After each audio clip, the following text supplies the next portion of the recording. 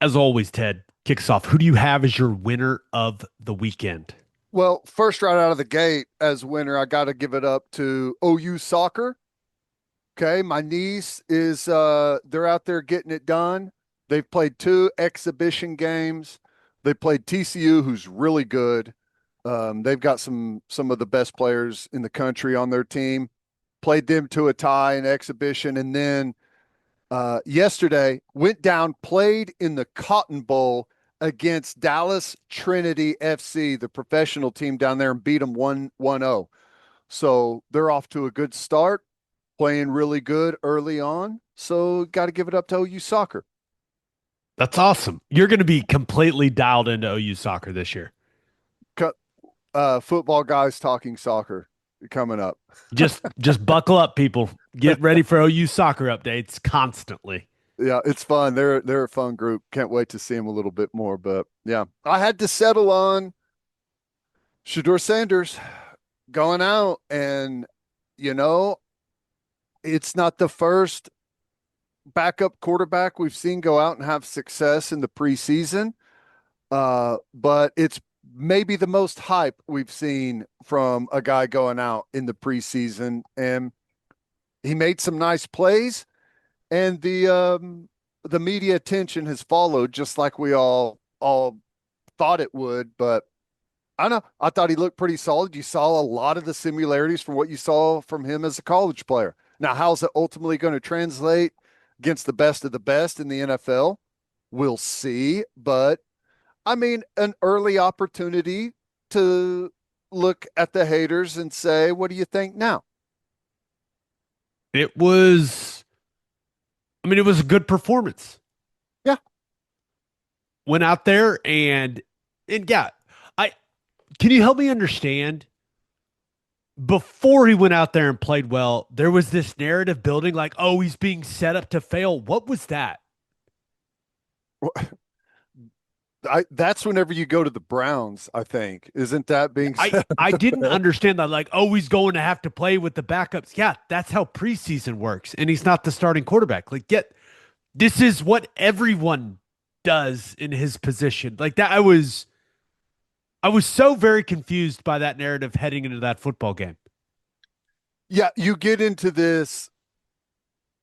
There's a wide difference between what the coaching staffs and the rosters and the GMs and the people watching the games and evaluating the games in preseason think and what the fans think, right?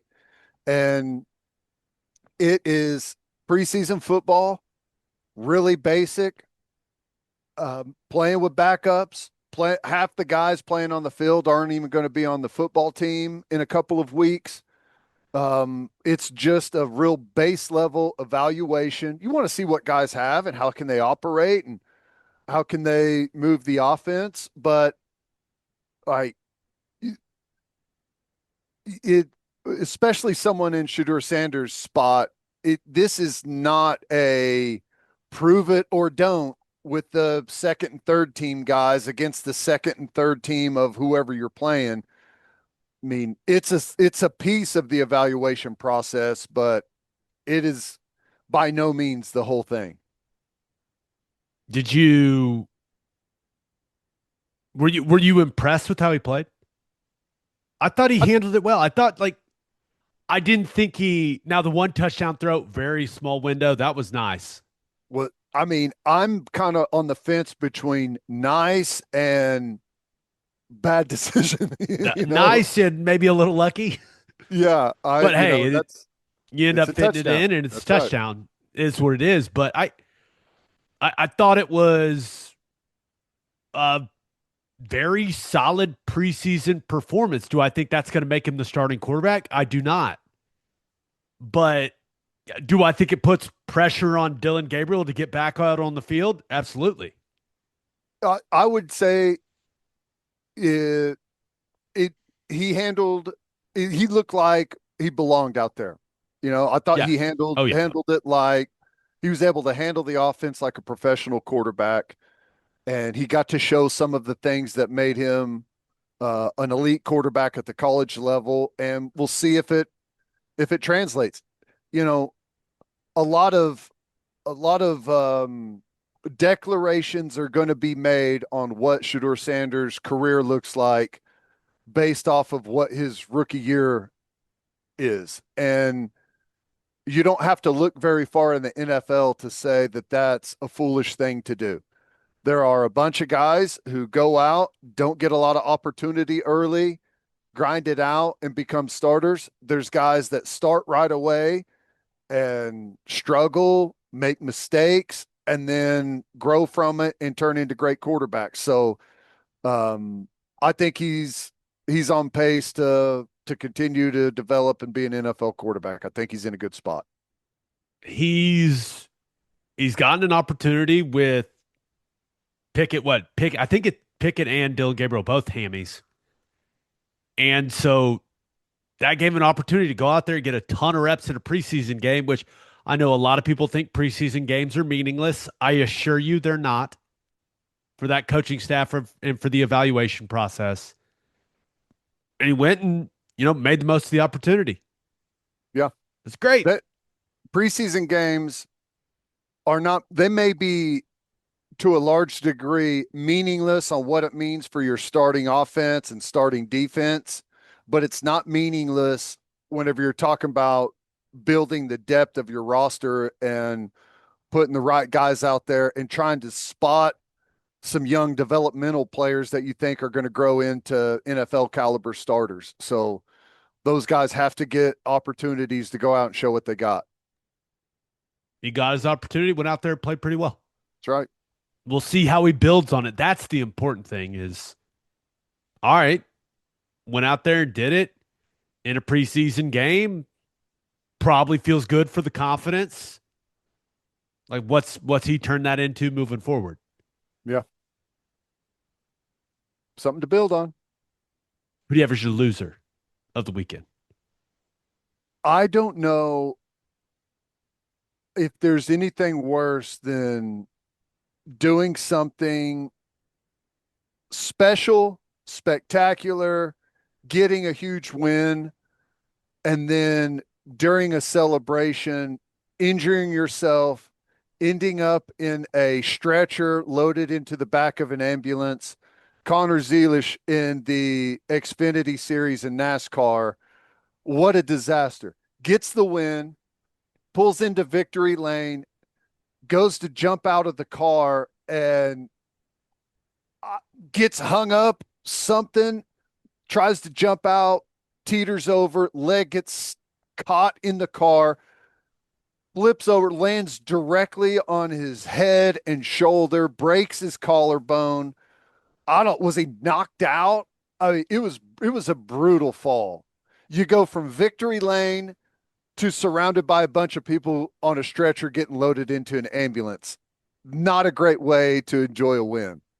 Now, let's just get this out of the way right away. He has tweeted, "Thank you everyone for reaching out today. I'm out of the hospital and getting better already. Thankfully, CT scans for my head are clear. I just have a broken collarbone. Thankful for all the medics for quick attention and grateful it wasn't any worse." So he's okay. That's great, which means now we can make fun of him. Oh my gosh. Isn't that a nightmare? Do you know all the other drivers? Because I've never heard anyone being like, you know what, NASCAR drivers are great athletes. But Right. there's probably some guys that drive NASCAR that take a lot of pride in their athleticism and what Mhm. they do. And he just made them all look like, because I feel like everyone looks at like, oh my gosh, what? These guys aren't athletes. Guy can't even get out of the car. What's he doing out there? Yeah, it's tough to win a race and you come away from it and no one's talking about the race or the win. It's about how the hell can that happen? And you know, used as fodder for the NASCAR aren't athletes group, as you pointed out. Yeah, that's a brutal break. That fall looked so bad. I know. It, as bad as it was, it could have like it. shockingly could have been much, much worse. And He he broke broke his collarbone. he broke the fall with his skull, Yeah. Jeez. which is not what you're looking for. And remember, on pavement. On pavement. I mean, and it was his feet were on the edge of the car and they didn't move. He just went, how? Brutal. That was his series high sixth win of the season. Dang. Okay. That makes it even worse. He's won a bunch. Not your first rodeo, buddy. No, just take your time, get out of the car smoothly and safely. I bet in his next win, he won't be so cavalier with his celebration on victory lane. You can't race with a broken collarbone, can you? That sounds incredibly painful. You, I think Does he have to now though to prove Yeah. to prove Yes. he's a tough guy? He's got to race now, right? Yeah. You can't like if he would have got hurt in a wreck, then okay, you've got an out. But whenever it's on your own doing by clumsiness, you've got to push through and act like it's no big deal.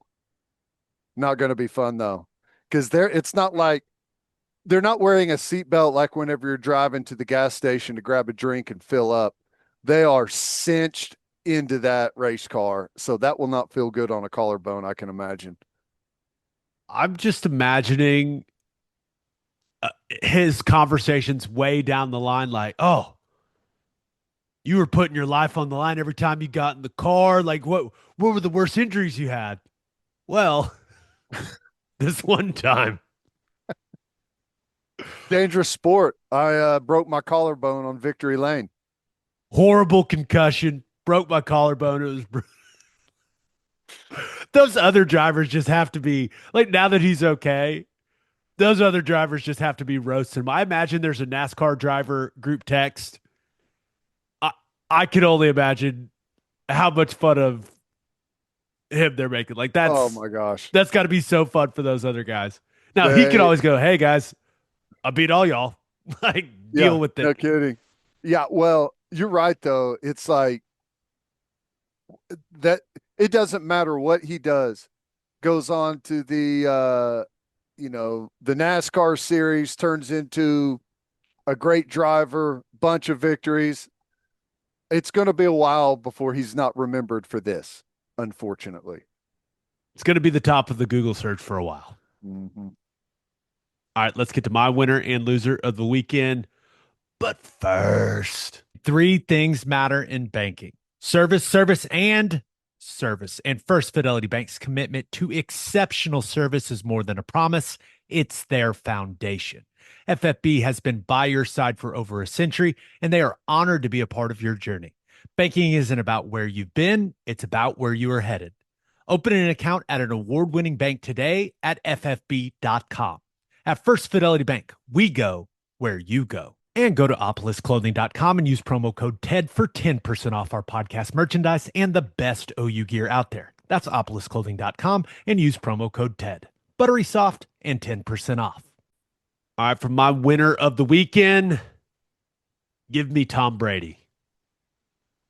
Ted, there have been some bad statues over the years, but the sculptor absolutely nailed Tom Brady's statue in front of Gillette Stadium. I think it's one of, if not the best sports statue we've ever seen. It looks fantastic. It looks just like him. There's an incredible amount of detail in it. His body actually looks like his body. No critiques. It's an amazing statue. And it's 12 feet tall. So, yeah, Tom Brady gets a gigantic statue out in front of the stadium, just like he deserves, and the statue looks fantastic.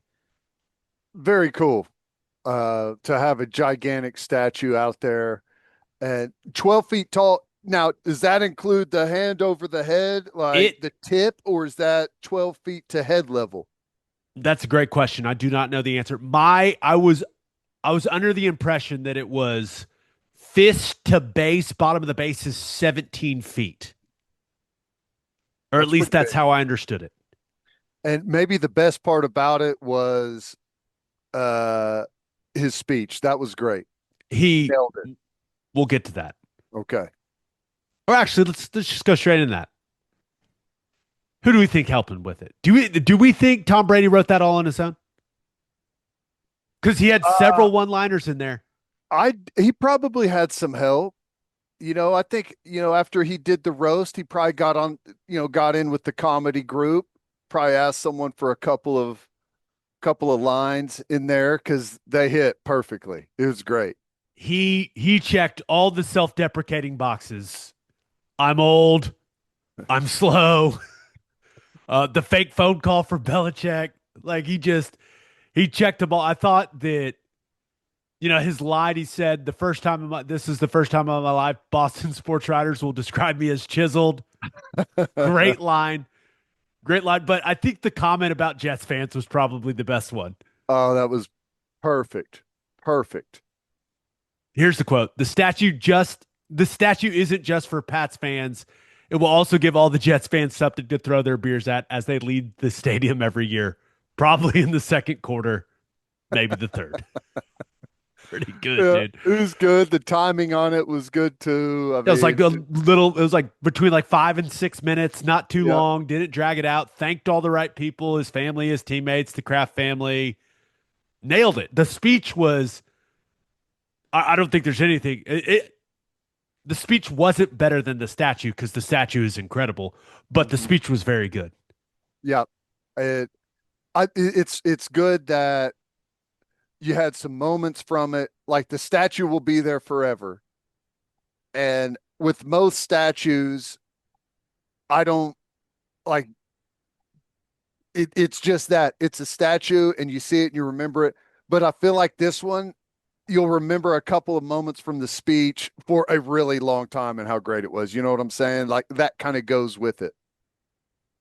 I I appreciate attention to detail. And I think his figure is 12 feet tall. Like his part of the statue is 12 feet tall. He was obviously number 12. Oh, okay. The total thing is 17 feet tall. Do you want to know any guesses as to why it's 17 feet? Um, well, he played more than 17 years, He did. 17 times in the playoffs. 17 AFC East titles. Ooh, even better. Wow. And I guess with the arm raised and the other hand on the hip with the helmet, it's supposed to look like a six. Six Super Oh, Bowls. Yeah. Attention to detail. This sculptor, I'm that's telling pretty you, he cool. nailed it. Like That's if you pretty zoom cool. in on his face, it even has like the eye black that he wore. Nice. That's Like they were cool. able to they were able to get that into the sculpture. I need to go back and take a closer look at it. That's pretty cool. So lots of symbolism in the Very good. statue. And just I was just thinking, what do you think? Do you remember the Cristiano Ronaldo statue, his face, or the Dwayne Wade one? Do you think Dwayne Wade is like, hey, why didn't we get this guy to do mine? What's going on here? This looks exactly like Brady. It's perfect. And mine was, I mean, people are still making fun of the Dwayne Wade statue. Is there anything more perhaps nerve-wracking as a guy to go see the unveiling of your statue and with all of the stories like you're bringing up, just be like, please God, just have it look somewhat like me. Don't make me look like an idiot. That sculptor, you can't be the guy that messes up the Tom Brady statue because New England fans are ruthless people. They are. They So you are. just couldn't mess that up. And to his credit, nailed it. Nailed it. It's good. He's the first Patriot to get a statue. It's only right, right? He's the best player in the history of the franchise. And it made me happy to see because there was kind of that awkward ending to his time there in New England before he went to Tampa. But I was glad to see them work through all that. He gets like if anyone deserves a statue in the NFL, it's Tom Brady. No doubt. Yep. So I was glad to see him get that recognition. But now it feels like okay, when's Is the Belichick statue just going to go right next door, or like do they put it in a different entrance? Like where's that one going? That's a good question. And I don't that's a good point. I don't know. But I did you ever play a game there? Have you ever been there? Yes, we. I was when I was on the Bills. We played there in a game where Tom Brady was suspended for Deflategate, and we smoked him at Gillette, and it was awesome. Uh, And then they came to Buffalo and hung 40 something on us when Brady was back. that's awesome. It's a cool place though. Like you drive Yeah, through this neighborhood and then there's this huge, compound. The stadium is awesome. I don't know. It's very, very cool. I like that place. fun fact, you go to play him in Foxborough, you do not stay in Boston. You stay in Providence, Rhode Island. That's right. Just little fun fact. Strange. Yeah. Don't even get close to Boston. I just remember Greg Roman and Rex Ryan. We would not speak the game plan out loud in that hotel. They were like, the Why? Patriots have people everywhere. Nope, Oh my not gosh. doing it. I remember G Row going through the first 15. He was like, we're going to run this, and then we're going to run this. And he was like drawing on it. Like they wouldn't even use computers and stuff. We had like the old school, like, where you put like the laminated The paper, the clear, overhead. yeah, the Yeah. overhead. Like, yeah. That's And then we're going to awesome. run this. It was That's so, great. it was so funny.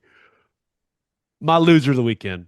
Thought about going with Mariano Rivera. Did you see that? Ah, Oh, nightmare. Tears his Achilles in the Yankees old timers game on Saturday. gosh. Going for a fly ball. Brutal. I had completely forgotten that he had tore his ACL back in 2012, shagging fly balls during a batting practice.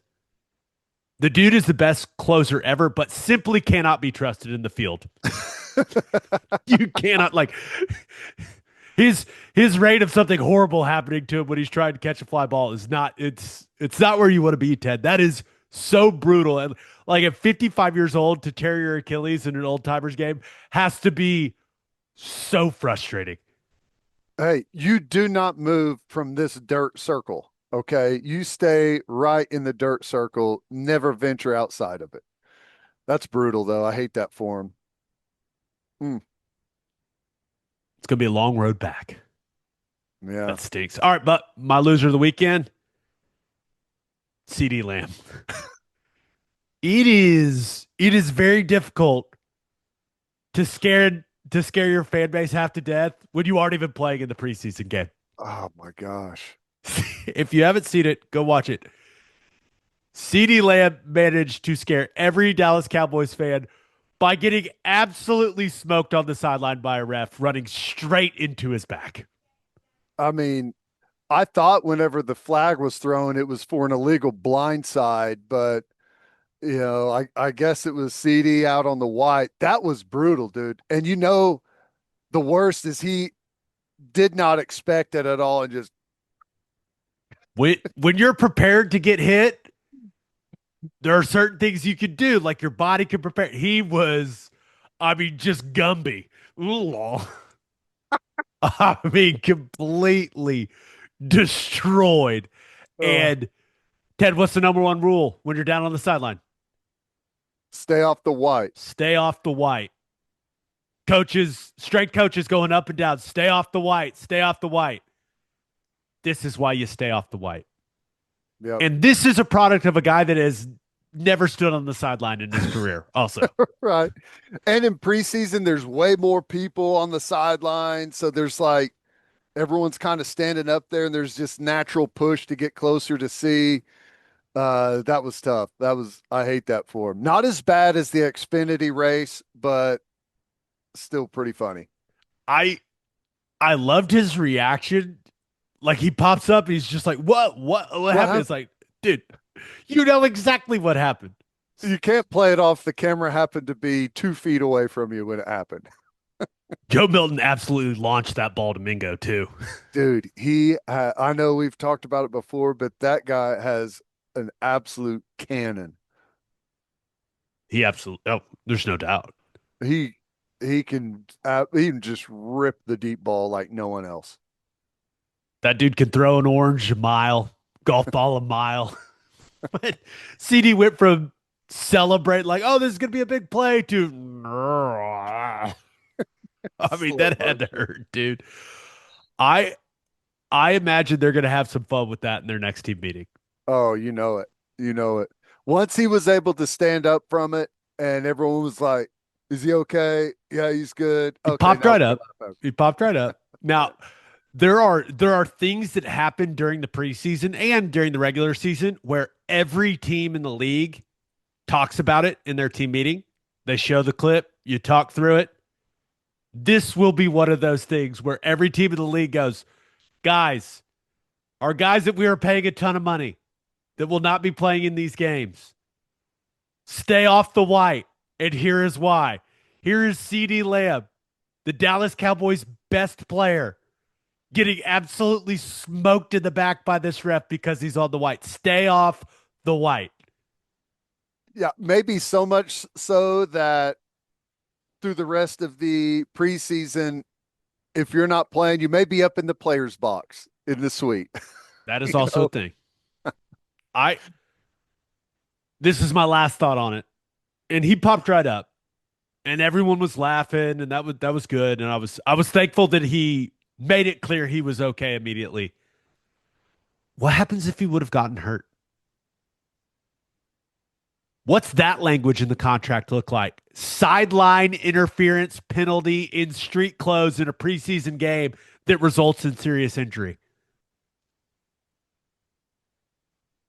I mean, I don't know, Is that but is that one outlined in the contract? You know what I mean? it might depend on who you are, you know. If you're a guy trying to make the team, that may be a non-football related injury, but I honestly I don't know. That's a good question. And there's probably a bunch of uh organization attorneys that are sifting through the details right now to try and get some clarity. But They bunch have of to have the a new amended contract. yeah, bunch of the contract guys going, what happens if he would have gotten hurt? Yeah, what happens if he would have gotten hurt? I'm sure it's in there, Yeah. but glad he's okay. And because he's okay, that was hilarious. Yep. Yep.